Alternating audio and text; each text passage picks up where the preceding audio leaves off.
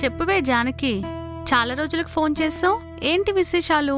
ఏమ్మా, జాలిపడి ఆ అమ్మాయిని ఎవరో నీ రూమ్ లో పెట్టుకున్నావంట. నువ్వు చేసింది మంచి పనే, కానీ నీ మొగుడేం శ్రీరామచంద్రుడు కాదు కదా. ఆ అమ్మాయి మీ ఇంట్లో తిరుగుతుంటే ఏదైనా జరగచ్చు, నీకు భయం వేయట్లేదా? చెడు జరుగుతుందో మంచి జరుగుతుందో తర్వాత విషయం, ముందున్న పరిస్థితి చూడాలి కదా. సరే, అదే నేను చేశా. పర్ సపోజ్ తను ఆత్మహత్య చేసుకుందనుకో, చెప్పండి. అందుకే అంటున్నా, ఆ ప్రాబ్లం ఎప్పుడో వస్తుంది, 2 రోజులకో 3 రోజులకో వస్తుంది, లేదా రాకపోవచ్చు. కానీ ఇక్కడ ఆల్రెడీ వచ్చేసింది కదా. ఏది ముందు? తన ప్రాబ్లమే ముందు కదా. అందుకే నేను ఇలా ఆలోచించాను. కాబట్టి తనకు ఆలోచించడానికి టైం ఉంది.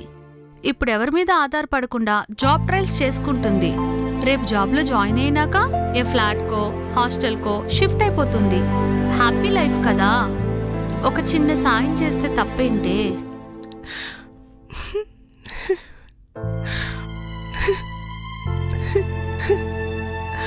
ఇంత మంచి మనిషికి నేను ద్రోహం చేయబోతున్నానా?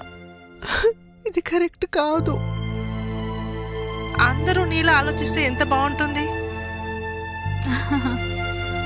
God bless you. సరే, థ్యాంక్ యూనే. సండే మా ఇంటికి రండి. సరేనే. సరే, బాయ్.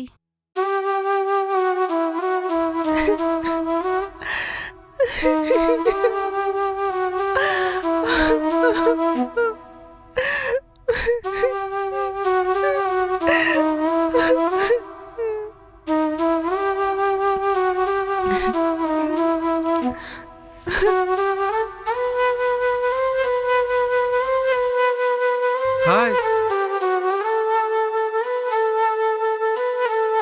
నేను చెప్పినట్టే మల్లెపూలు పెట్టుకున్నావు చూడు, ఎంత బాగున్నాయి చూడు, ఎంత బాగున్నాయో.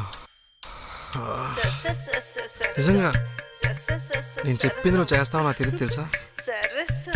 నిన్ను ముద్దు పెట్టుకోవాలనిపిస్తుంది. పెట్టుకోమంటావా?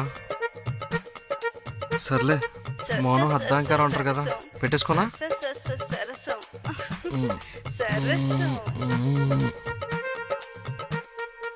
ఏమైంది? ఎందుకు ఏడుస్తున్నావు? మళ్ళీ ఏమైంది? ఎందుకు ఏడుస్తున్నావు? తప్పే చేయలేదా నువ్వు అసలు? నేనేం చేశాను? నిజంగా చేయలేదా?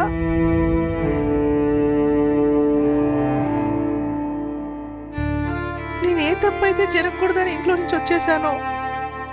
ఇన్ని బాధలు పడుతున్నాను, మళ్ళీ నువ్వు అదే తప్పు చేయమంటున్నావు. చెప్పండి. అరే, నువ్వు దాని గురించి ఆలోచిస్తున్నావా? సారీ, నేను అంత ఆలోచించలేదండి. మరి మీ ఆయన అంత దుర్మార్గుని కాదు. క్షమించండి. ఇంకెప్పుడు మీ కళలో నీళ్ళు రానివ్వను. మీకు ఎన్ని రోజులు కావాలంటే అన్ని రోజులు ఉండండి. ఉంటానండి. బాయ్.